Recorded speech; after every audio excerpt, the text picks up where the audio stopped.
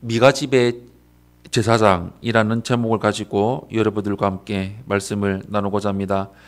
말씀에 순종하는 삶을 삽시다. 사사기 강의 40번째 시간입니다. 사사기의 후반부 17장에서 21장은 지금까지 나온 내용들과 전혀 다른 형식의 말씀이 전개가 됩니다. 여기에는 사사들이 등장하지도 않고 하나님이 구원의 은혜를 베푸시는 모습도 보이지가 않습니다. 단지 사사시대가 어떤 시대였는지에 대한 통렬하고 적나라하게 기록이 되어 있는 것을 볼 수가 있습니다. 먼저 첫 번째로 1절에서 6절의 말씀을 보시면 미가집에 세운 신상을 볼 수가 있습니다. 우리 1절에서 6절 말씀 우리 한 목소리로 합독하겠습니다. 시작. 에브라임 산지에 미가라 이름하는 사람이 있더니 그의 어머니에게 이르되 어머니께서 은 1,100을 잃어버리셨으므로 저주하시고 내 귀에도 말씀하셨더니 보소서 그 은이 내게 있나이다. 내가 그것을 가졌나이다 하니 그의 어머니가 이르되 내 아들이 여호와께 복받기를 원하노라 하니라. 미가가 은 1,100을 그의 어머니에게 도로 주매 그의 어머니가 이르되 내가 내 아들을 위하여 한 신상을 새기며 한 신상을 부어 만들기 위해 내 손에서 이 은을 여호와께 거룩히 드리노라. 그러므로 내가 이제 이 은을 내게 도로 주리라. 미가가 그 은을 그의 어머니에게 도로 주었으므로 어머니가 그 은 200을 가져다 은장색에게 주어 한 신상을 새기고 한 신상을 부어 만들었더니 그 신상이 미가의 집에 있더라. 그 사람 미가에게 신당이 있으므로 그가 에봇과 드라빔을 만들고 한 아들을 세워 그의 제사장으로 삼았더라. 그때에는 이스라엘에 왕이 없었으므로 사람마다 자기 소견에 옳은 대로 행하였더라. 아멘. 에브라임 지파가 점령하고 있던 지역에 미가라는 사람이 등장하고 있습니다. 이 이야기는 단순히 한 집안의 이야기가 아니라 이스라엘 전체의 상황을 보여주는 사건입니다. 미가의 어머니가 은 1,100을 잃어버린 일이 있었습니다.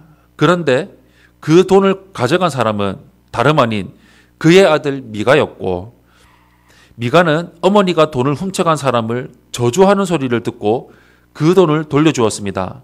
그러자 미가의 어머니는 저주를 돌이키고 여호와께 복받기를 원한다는 말로 아들을 축복했습니다.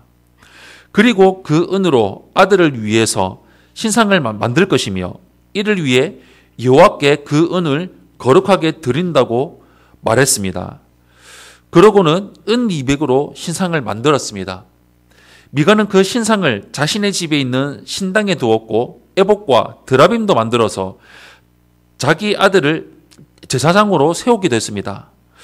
이 같은 일들은 그들의 신앙이 얼마나 잘못되어 있는지를 낱낱이 보여주고 있습니다. 그들은 말로는 여호와 하나님을 섬기는 것 같지만 율법을 어기고도 마음대로 여호와의 이름으로 축복하고 우상을 만들어 놓고 하나님을 섬긴다고 말하고 있습니다. 그들의 모습에 대해 본문은 이스라엘에 왕이 없었으므로 사람마다 자기 소견에 옳은 대로 행하였더라 라는 말로 정리하고 있습니다. 성도의 신앙은 오직 말씀 위에 세워져야 합니다. 내 생각대로 신앙생활을 한다면 결코 하나님을 기쁘시게 할 수가 없습니다.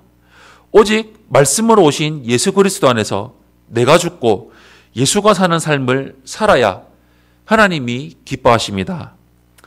두 번째로 7절에서 13절의 말씀을 보시면 미가 집안을 위한 제사장을 볼 수가 있습니다. 7절에서 13절 말씀 우리 한 목소리로 합독하겠습니다. 시작. 유다 가족에 속한 유다 베들레헴에 한 청년이 있었으니 그는 레위인으로서 거기서 거류하였더라. 그 사람이 거주할 곳을 찾고자 하여 그 성읍 유다 베들레헴을 떠나 가다가 에브라임 산지로 가서 미가의 집에 이르매 미가가 그에게 묻되 너는 어디서부터 오느냐 하니 그가 이르되 나는 유다 베들레헴의 레위인으로서 거류할 곳을 찾으러 가노라 하는지라. 미가가 그에게 이르되 내가 나와 함께 거주하며 나를 위하여 아버지와 제사장이 되라. 내가 해마다 은열과 의복 한 벌과 먹을 것을 주리라 하므로 그 레위인이 들어갔더라. 그 레위인이 그 사람과 함께 거주하기를 만족하게 생각했으니 이는 그 청년이 미가의 아들 중 하나같이 됨이라.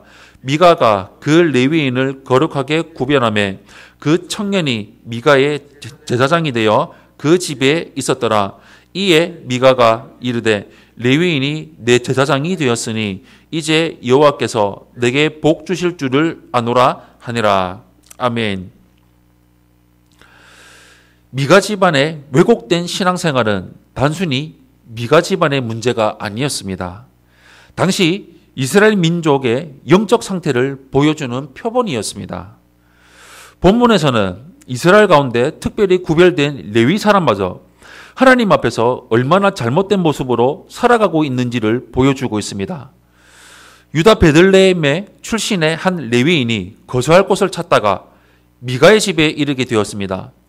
미가는 그가 레위인이라는 사실을 듣고 그에게 자신의 신당에 몰무면서 자신을 위해 제사장으로 있어달라고 요청했습니다.